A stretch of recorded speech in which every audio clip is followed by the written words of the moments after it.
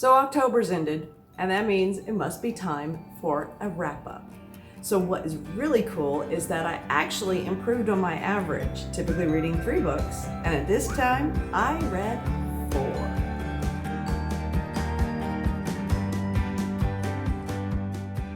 It is the end of October and it's time to talk about the books that I read.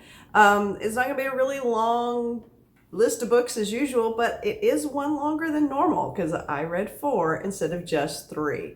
Now, truth be told, some of them were kind of thin, kind of small books.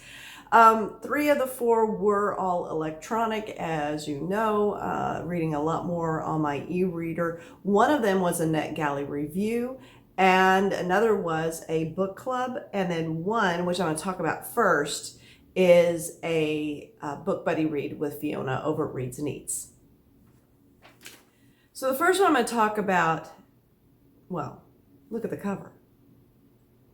Yeah, really promising. It's Love, Lies, and Hocus Pocus and Beginnings. So it is a series. It's the first in a series. I got this many years ago on one of those free, you know, when Kindle gives you free books, and I chose it and never read it. So when it came my turn to pick for October's read for my buddy read, it was one that I suggested. We both, of course, totally because of the cover. We're like, great, this sounds like it'd be perfect.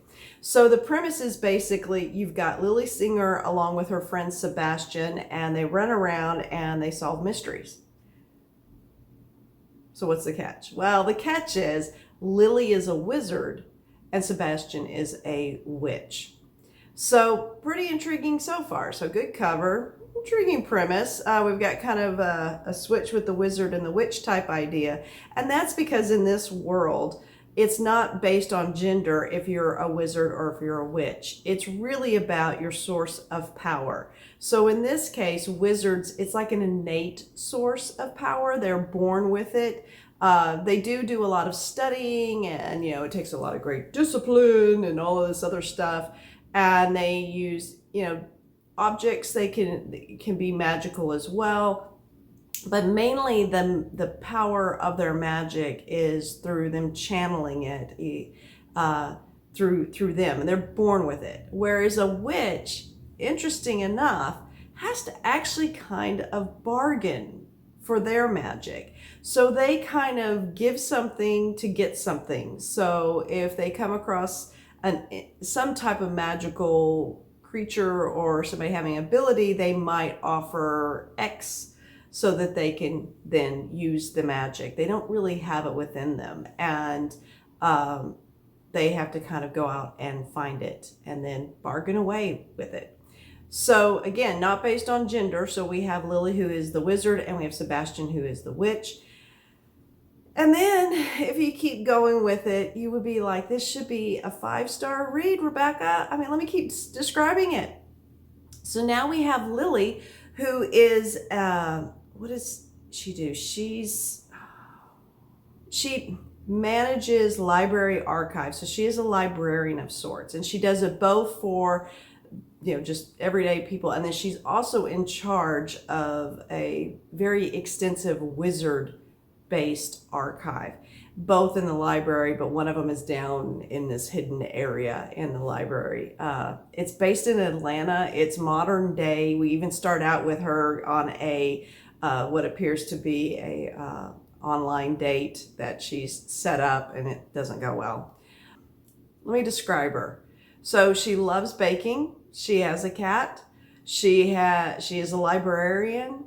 She loves books. I mean, everything's sounding really great. She absolutely adore this woman, right? And she's a wizard. But that's not the full story. She comes off as, she's 25, but she comes off as a really old, grumpy woman. Like, there's no compassion in her. She's very, very set in her ways and kind of full of herself. And that's kind of how the wizards are. So there's even a tier system where wizards are higher than the witches. And then we're known as mundanes. Yeah, okay. Non-magical folk.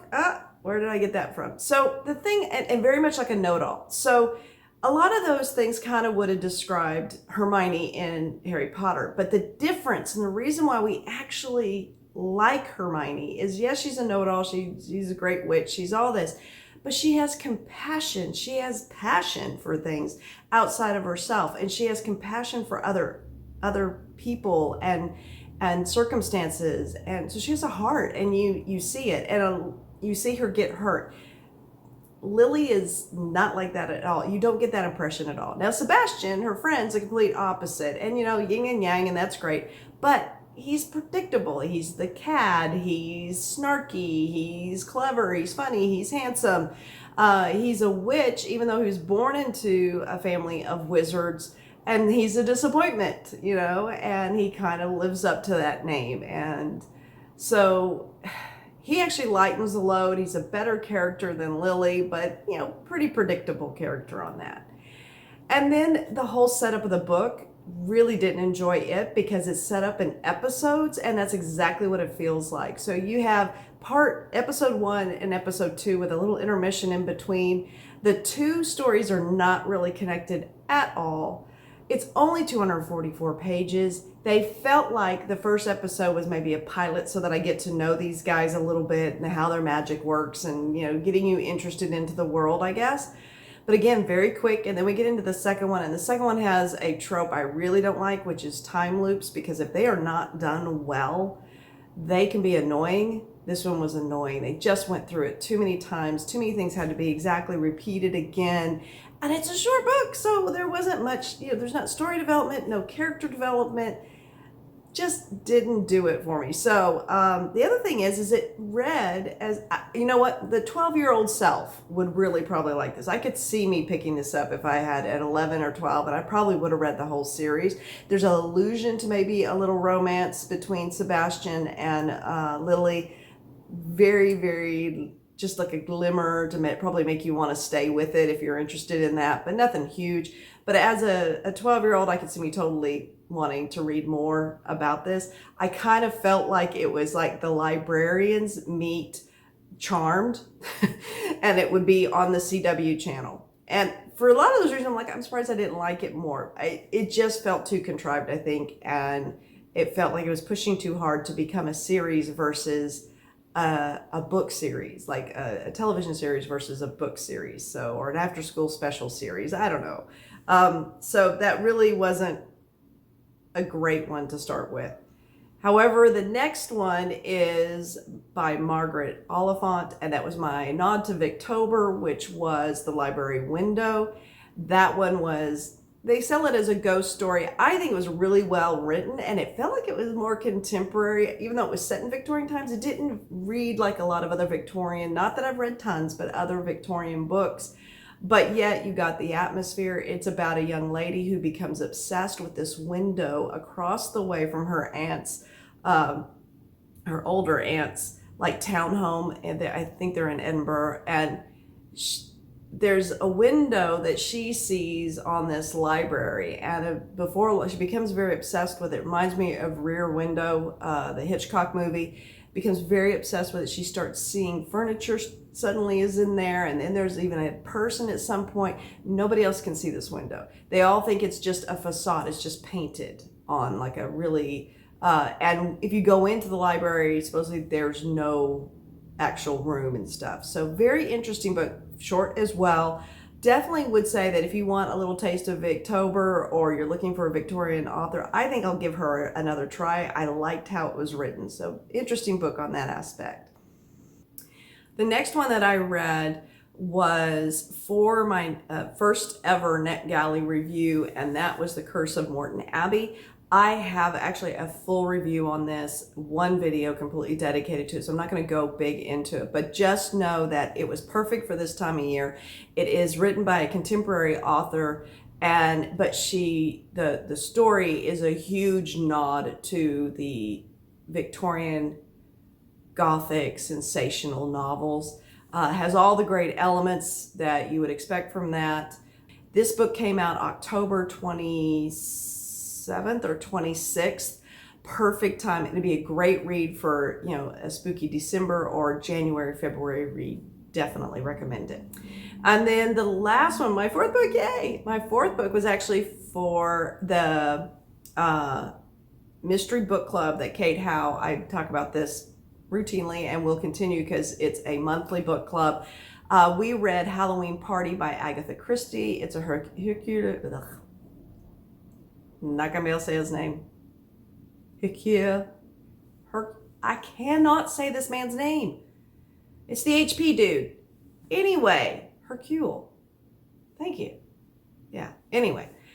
I am reading the entire series with my husband, and we're only on the second book. This one is much, much later, published in 1969, and it has a definite different feel to it than the ones that were published in the late 20s and stuff that we've been reading. But it's reflective of the time because I did not realize she wrote for that long. And it's very interesting. It is a classic. There's a Halloween party and a child is murdered. There's a lot of nods to other Agatha Christie stories and even returning of some characters in this book from other stories. From what I understand, when we had our discussion, I learned a lot because I haven't read much Agatha Christie. You don't need to know that to read it, point in case. And most everybody said there really wasn't anything that was big and spoilery by knowing that, but it does reference. And it reminded me of kind of one of the things that if you've ever watched anything about how to grow your blog or how to grow your YouTube channel, one of the things they'll talk about is, you know, put in videos or references to other videos so people keep going out and finding more of your information.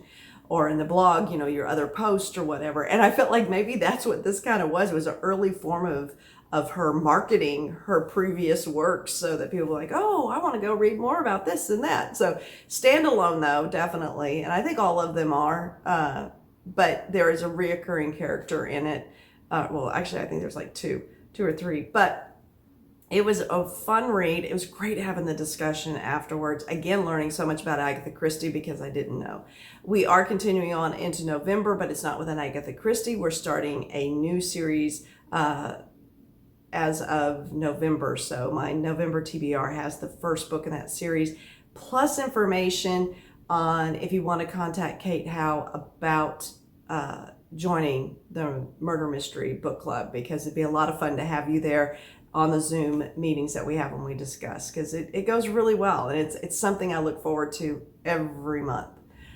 So overall, we had the first book, the Love Lies, Hocus Pocus stuff. I gave 2 stars, largely because I did kind of like Sebastian enough. And then the Margaret Oliphant, I think I gave 3 stars. It was closer to 4. I did enjoy it. I thought it was a great book, and I think it's definitely somebody for me to look at in the future for Victorian. So that I can keep nodding to Victober, not necessarily fully participating, but always being able to support in some way. And then when we got into, what was the third book? The Curse of Morton, Abbey. Really great book, really enjoyed that. That one I gave 4 stars. I don't know that I would pick it up again, and I would recommend it to people who like that kind of story. Again, you can go see that review. See that little plug I just put in there? That's just so that you know it's there. And then the last one, Hallowe'en Party, which was really interesting because it was spelled Halloween, W-E''E-N, Party by Agatha Christie. A lot of fun, good, kind of shocking of who's murdered and also who did it. So it was a good reading month. I hope you had a great October. I'm looking forward to November. I've got all my books set up and ready to go, or both virtually. And if there's any that are, do I have any? I don't think I have any that are, no, they're all electronic. Yeah, they're all ebooks. And I hope that you have a great beginning to your reading month. I already started and it is already kicking off pretty darn good. So thanks for watching. Keep turning those pages. Until next time, bye for now.